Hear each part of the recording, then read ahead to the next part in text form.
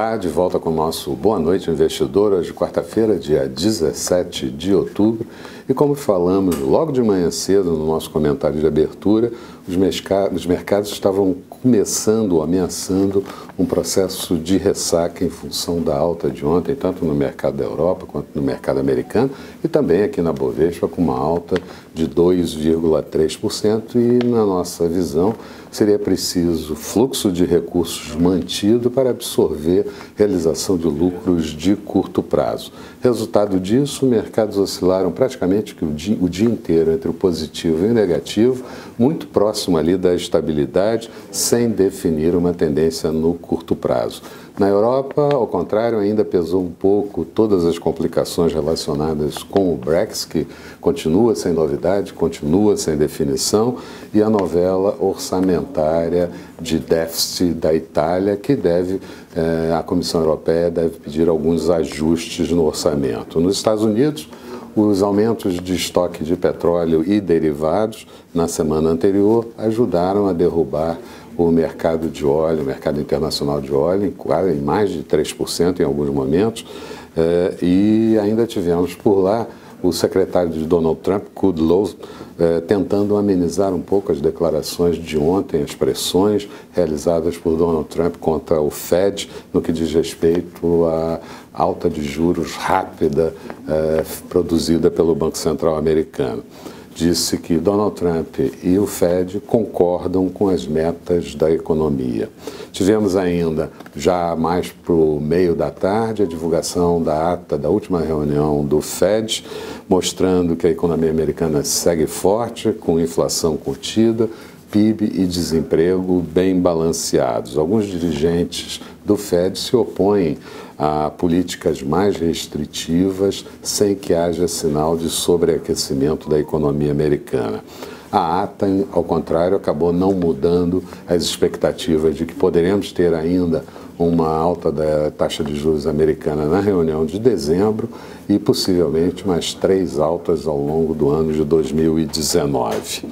Aqui, o Banco Central divulgou o índice IBC-BR, uma prévia do PIB referente ao mês de agosto, com expansão de 0,47% no ano, mostrando uma expansão de 1,28%, melhor do que estava sendo previsto, mas não muda muito as expectativas com relação ao PIB de final de ano oficial, que deve ficar ali por volta de uma expansão de 1,2%, 1,3%, o que, convenhamos, não dá para deixar ninguém animado, principalmente diante da recessão ocorrida em 2015 e 2016.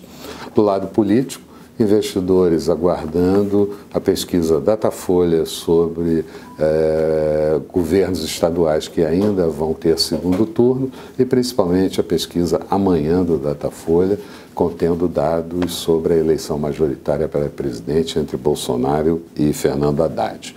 Resumo do dia: Bovespa terminou praticamente estável, uma alta de 0,05%, índice em 85.763 pontos.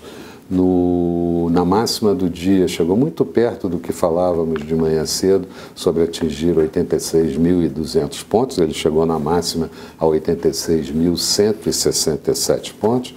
O Dow Jones terminou com queda de 0,35%, Nasdaq em queda de 0,04%.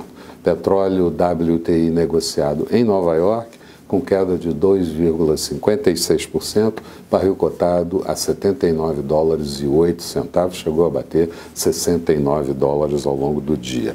Euro negociado em queda em relação ao dólar a 1,15 da moeda americana. Notes americanos, títulos de 10 anos com taxa de juros em alta para 3,20%. Por aqui, depósitos interfinanceiros com vencimentos de títulos de mais longo prazo com tendência de queda na taxa de juros e dólar terminando o dia com queda de 1 ponto percentual, moeda americana cotada a R$ 3,68, chegou a bater bem menos do que isso, R$ 3,66. Na agenda de amanhã, por aqui nenhum indicador a ser destacado que possa mexer com os mercados, mas em compensação nos Estados Unidos vamos ter o índice de atividade industrial do Fed de Filadélfia e o dado mais importante do dia, a primeira leitura do PIB americano referente ao terceiro trimestre, que deve ser bastante positiva.